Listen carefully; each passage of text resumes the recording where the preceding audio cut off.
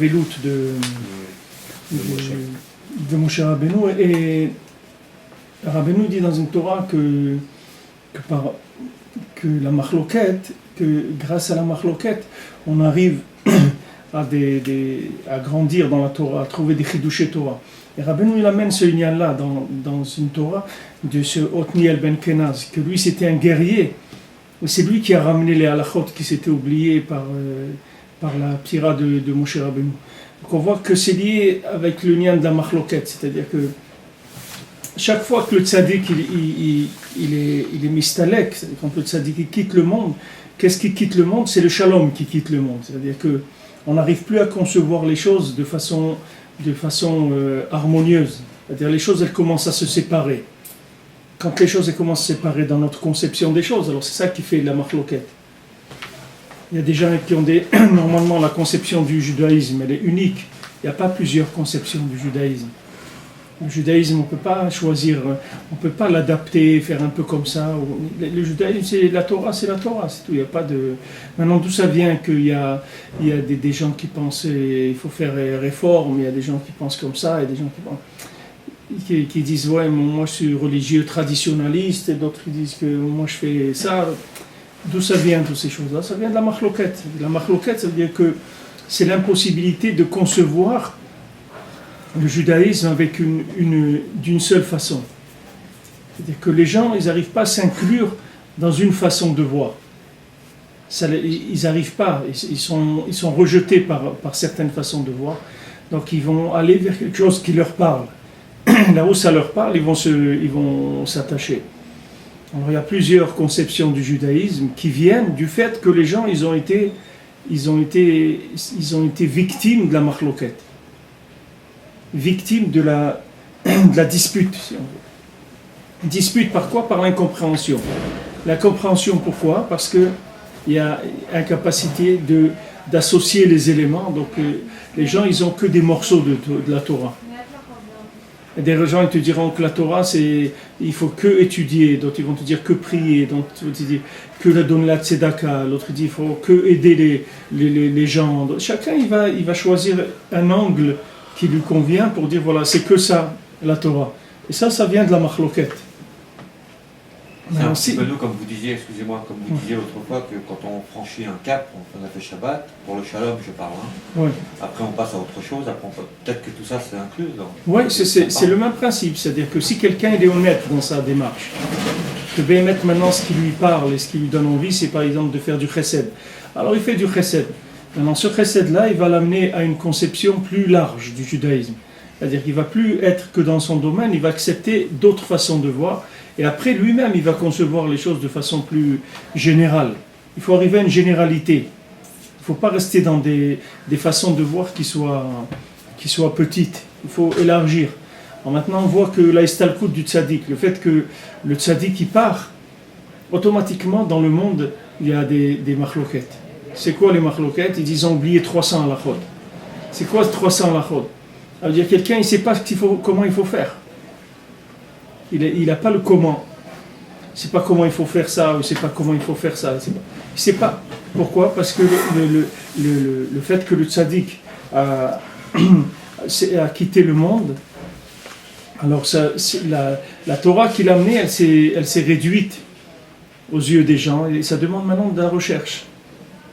Alors, tout le lien de la veloute, c'est-à-dire tout le lien qu'on s'endeuille sur la disparition des tzaddikim, c'est pour ramener leur Torah dans le monde.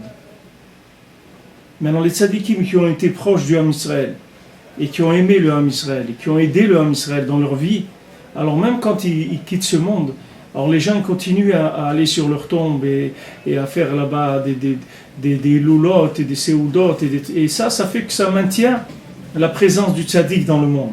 Et les tzaddikim qui n'ont pas été proches du Ham Israël, même des tzaddikim qui ont amené beaucoup de Torah dans le Ham Israël, mais ils n'ont pas été proches du peuple. Alors souvent, ces tzaddikim-là, il n'y a pas beaucoup de gens qui vont sur leur tombe. Ça fait que ces tzaddikim-là, ils n'ont pas la possibilité de revenir sur terre à travers les prières du Ham Israël. Parce qu'on a vu que le Ham Israël, c'est une tova qui fait au tzaddik, qui lui permet de revenir. Chaque fois qu'il va prier sur sa tombe, alors l'âme du tzaddik, elle revient dans le corps. Et ça, pour un tzaddik, c'est la chose normalement la plus noble qui existe. Parce qu'il vient aider le Ham Israël après qu'il ait été mistalek. Les tzaddikim, comme on dit que les tzaddikim, ils sont nikraim chaim. Même quand ils sont morts, c'est la Torah elle dit Yaakov Lomet, Yaakov il n'est pas mort. Le principe de la mort, c'est-à-dire, comme on a dit hier, le principe de la séparation définitive, ça n'existe pas. Chez les tzaddikim, ça n'existe pas. C'est-à-dire, chez les tzaddikim, il n'y a pas de séparation. On dit oui, d'accord, mais ça veut dire il n'est pas mort. Mais on ne le voit pas, il n'est pas là. Alors tu ne le vois pas parce que tu n'as pas la recherche qu'il faut. Mais si maintenant tu as la recherche qu'il faut, tu vas le voir, il est là. Parce qu'il n'y a pas chez lui cette séparation du corps et de l'âme. Ça dit qu'il n'y a pas ce principe. Alors maintenant Moshe Rabbeinu il a dit, je sais qu'après ma mort vous allez fauter. Alors Rashi demande, il dit on voit que tout le temps de Yoshua ils n'ont pas fauté. Alors il dit... Le Rashi dit, de là on apprend que tant qu'il y a un élève qui suit les chemins de son Rav, alors Rav il n'est pas mort. Puisqu'on voit que tout le temps qu'il y avait Yehoshua, ils n'ont pas fauté le Ham Israël. Le Ham Israël a commencé à fauter après la mort de Yehoshua. Et c'est ce qu'il va nous dire maintenant Rabbi Nathan, d'après la première ligne que j'ai vue, que les Zkenim, il dit ici, Alken ne'enshu azkenim achelu ispidu Yehoshua. Ils ont été punis, les anciens, qu'ils n'ont pas fait de espède à Yehoshua, qu'ils n'ont pas fait d'oraison funèbre. Ils n'ont pas... Bon, Yehoshua, il est niftar, et bon, ils n'ont pas fait quelque chose de grand pour Yehoshua, c'est-à-dire ils n'ont pas parlé de lui, ils n'ont pas essayé de le retenir par le espède. Comme Shamor Tenuzal, Yamim eichu shanim lo erichu. Comme les Khamim, ils ont dit, des jours, ils ont eu des longs jours, mais pas des années. C'est-à-dire qu'ils ont eu, leur vie elle a été raccourcie de ces anciens-là. Qui a l'idée à espèce chez la Sadik, Zochim Nehamshir Shalom à l'idée à Merirut Hazeh Kanal. Parce que par le fait que maintenant, on est maspide le tzaddik, c'est-à-dire on fait des oraisons funèbres, on va parler que sur le tzaddik pour essayer de le ramener. Par ça, on amène du shalom par cette amertume-là qu'on vient parler que voilà, le tzaddik il est parti. Maintenant, quel est le principe, la vie elle-même? Quand on parle de vie, on parle de shalom. C'est-à-dire que quand l'âme et le corps ils sont béchalom, ils sont en harmonie parfaite, alors c'est la vie. Il n'y a pas une vie, il n'y a pas plus de force de vie que le shalom. Maintenant, quand ça commence un petit peu à se détraquer, le shalom entre le corps et l'âme, alors c'est la maladie qui commence. Il y a des parties du corps qui ne fonctionnent plus très bien, ça veut dire que si c'est parti, l'âme elle a commencé un petit peu à se détacher. Donc il n'y a pas plus bari, il n'y a pas plus bien pour la santé physique et mentale que le shalom. Le shalom avec tout le monde, il faut éviter le plus qu'on peut des disputes, parce que savoir que chaque fois qu'il va y avoir des disputes, il va y avoir des conséquences de ça.